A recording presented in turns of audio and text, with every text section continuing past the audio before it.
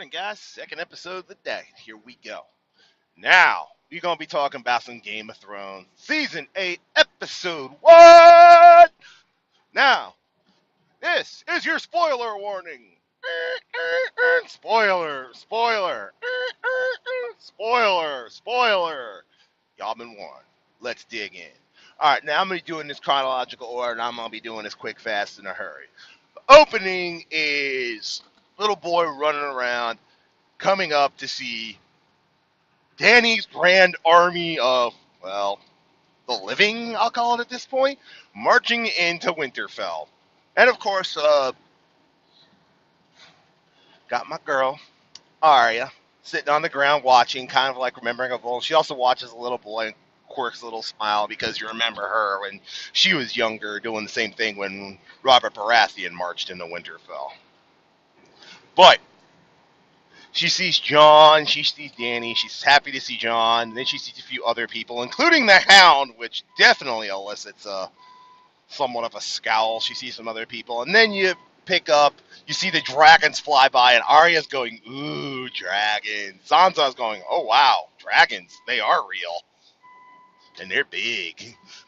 And then we have the meeting, then we have Jon seeing Bran for the first time, and a bit of an emotional response from Jon. And then we have the introductions between Danny and the rest, and Sansa, as you can see, is not thrilled at all, and neither is most of the North. Why? Because, well, Jon's basically abdicated his throne in favor of Queen Daenerys. And yeah, he was the duly elected king of the North by then, so yeah, they're a little bit put out. In fact, Lady Mormont, when they're in the Great Hall, after finding out the wall has fallen, the army's on the move, Danny's dead dragon is now in the hands of the Witch King, and yeah, the Night King, and yeah, we in some serious kerfuffles here. So they're talking in the hall, and Lady Mormont, basically, blunt as ever, calls Jon out on the spot about, well, what is your title? Are you king in the North, or did you abdicate it? I mean, what are you now? And Jon basically has to say, look, y'all sent me up there with the mandate. I could do one of two things. Let the North die, or bend the knee and bring the biggest army and a pair of dragons to our door to defend the North and the living. I mean, I was put in an impossible situation. It had to be done if we're all going to live. If I love the North, I brought her here to defend the North and her army.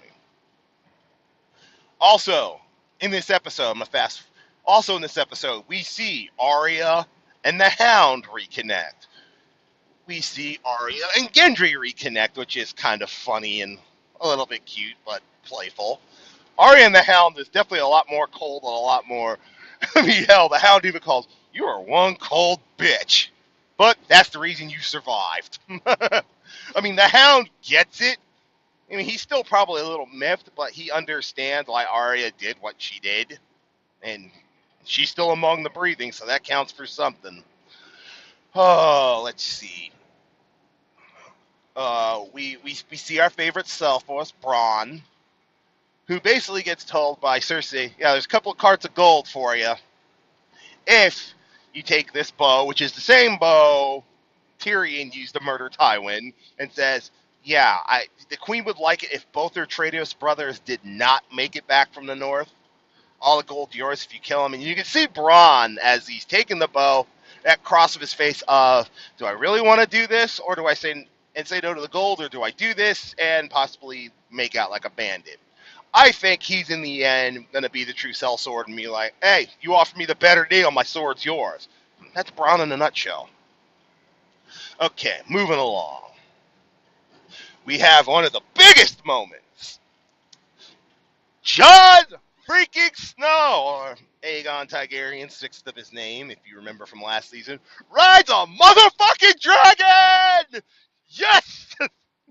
Oh, it's so cool. It's funny, like when he's getting up, like, anybody know how to ride a dragon? It's Daenerys Pip's back. No one knows how to ride the dragon until they do it. It's like, well, what if, I fall off or he kills me? And Danny goes, Well, I've enjoyed your company till now, Jon Snow.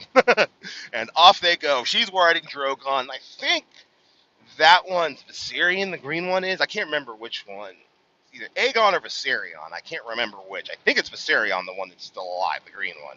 Well, Jon rides the green one, and they fly around. It's a great sequence, and then he lands right where he used to hunt. It's this beautiful waterfall that's kind of warm. Jon used to hunt here all the time as a child. Danny's like completely enthralled. Like, we could stay here for 1,000 years, and Jon's like, yeah, we'd be quite old. And, kissing scene, lovey-dovey. Then we have another great meet, and it's the first meet where Sam Tarly meets Queen Daenerys. And at first, it's jovial because what's his name? The young Mormonts, Jorah. Jorah brings Queen Daenerys to Sam because this is the man who saved my life, and Queen Daenerys is thanking him. Sam goes a little bit into his family life, and then she realizes his last name. He's like, Tarly, as in this Tarly's your father? Sam's like, yeah. It's like, yeah, he refused to bend the knee, and I was forced to kill him. Sam's a little bit taken aback, but considering the relationship he had with his father, he's not really heartbroken. And then he goes, well, I guess I'll be able to return home since my brother is now Lord. And Danny goes, yeah, your brother did a heroic sacrifice and stood with his father till the end, so I had to have him killed as well. And to the guy that plays Sam Tarly, to play Sam, my God, with very few words, absolutely great emotional range. He barely says anything, but you could just see the amount of shock, pain, and loss just conveyed in that moment. And Danny is just like she just has that mortified look of like she just sold someone, she just strangled their puppy. I mean, just that. Jorah and Danny are just like looking at him as Sam is like trying not to just break down bawling, considering his brother was probably the nicest one to them overall. Maybe his mother came in second, but his brother always treated Sam well, and now the one he liked most out of family is dead. So yeah, Sam took it hard, and they go, please excuse me, and walk off. And right on the heels of that, Sam runs into Bran, Three-Eyed Raven, and says, okay, we've got to tell Jon before we go into battle. It's like, you need to tell him. It's like, but you're his brother. But yeah, you were brothers in the Night's Watch, and he'll believe you, and he'll take it better from you. So, you come to catch up with Jon at this point. He's in the crypt lighting candles for Eddard's statue. And Sam stumbles in, and he's telling Jon, and the look on Jon's face is one of dumbfounded shock. And then it's that stumbling thing of you're partially accepting it, but you're partially trying to throw anything in front of it to make it not true. It's kind of like your mind's looking for a way out. It's like and Jon goes, wait a minute, you mean to tell me Eddard Stark, my father, lied to me my entire life? The most honorable man I know. And Sam comes back, yeah, because his mother made him promise not to tell you, because if Robert Baratheon had ever found out you were alive, he'd have had you killed. So yes, you are Aegon Targaryen, sixth of your name, rightful heir to the throne. And Jon goes, and Jon's thinking, but that's treason. And Sam goes, but it's the truth. And it's like such a powerful moment. I mean, most of this episode is mostly talking, reconnecting, meeting new people. Yes, it's kind of rehashing, but it's told so well.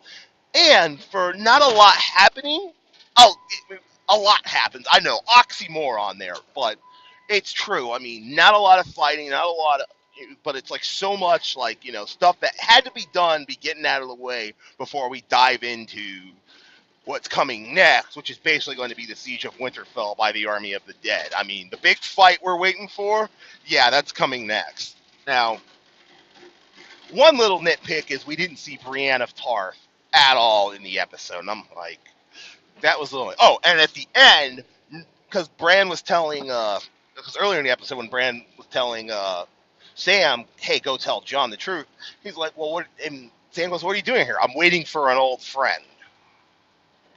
That old friend happens to be Jaime Lannister. Right at the end of the episode, he shows up, he pulls off his hood, he turns around, sees Bran in the wheelchair, and the look on Jaime's face of, like, having to confront what he did is just that crestfallen of, oh my god, what did I do to that poor kid?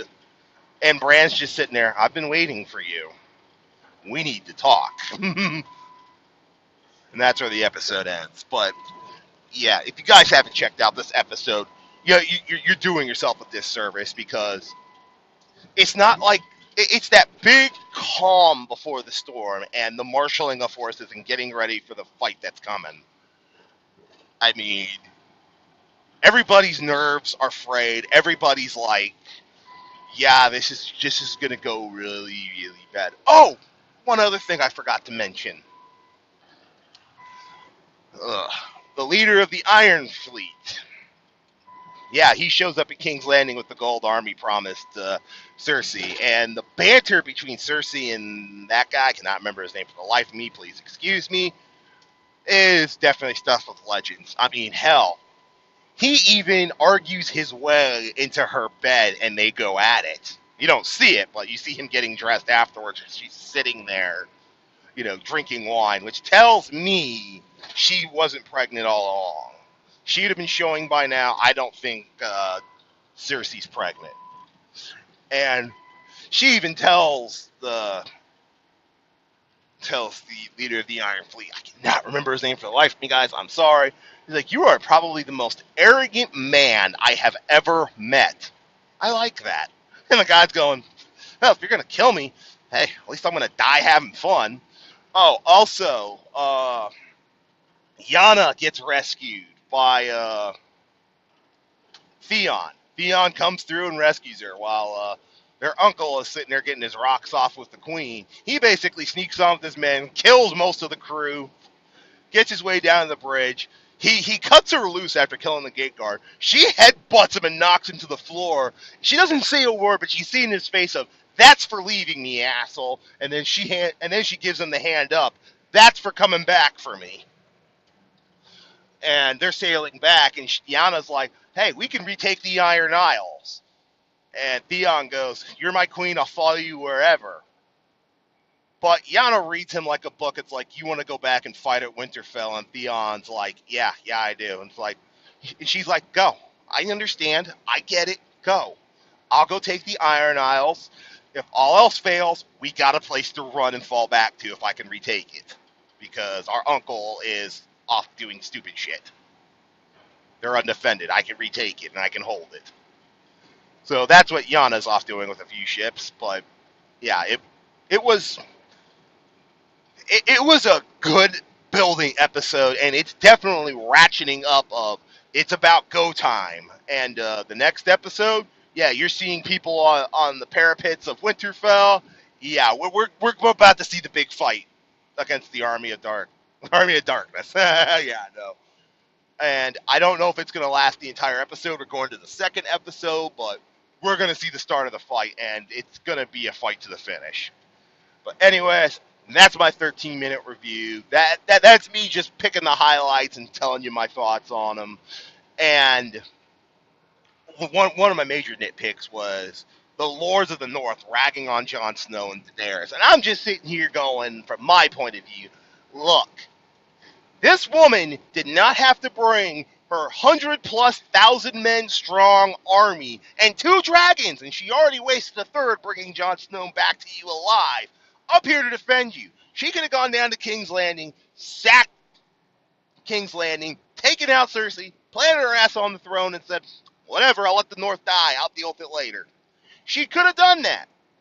Instead, she brought her army north, probably knowing she would be, not very well respected by the Lords in the North, to defend you. Maybe you don't want to bend the knee because she hasn't proven herself yet. I get it. But a little bit of thankfulness and a lot of respect would probably go a long way instead of being acting like a bunch of petulant children because Jon Snow bent the knee to her.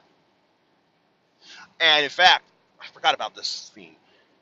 There's a scene between Jon and Sansa in her private chambers where they're talking about it. And Sansa even had the guts to ask her, so did you bend the knee because you needed her help or because you're in love with her? And John just has that taken aback look of, deer caught in the headlights look. But John says, look, do you trust me? And Sansa says, yes, I trust you. Then trust me that I bent the knee to her for a damn good reason, and she'll be a good queen. Sansa doesn't like it, but she's not about to turn away 100,000 plus strong army and a pair of dragons to fight what's coming, because the wall's fallen. She's called in the banners, and I bet at best she might have gotten 10,000 people between the banners and probably the wildlings that are still there. They maybe had 10,000 men.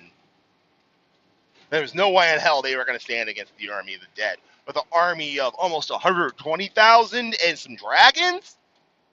Now you've got a chance. So, anyways, those are my thoughts on episode 1. I plan to do this every Monday after every episode to tell you my thoughts. Yes, spoilers all the time. I'll be talking about the episode. So, I hope you guys watch it. I hope you guys enjoy it. And I hope y'all are pumped like me for episode 2. Catch y'all later.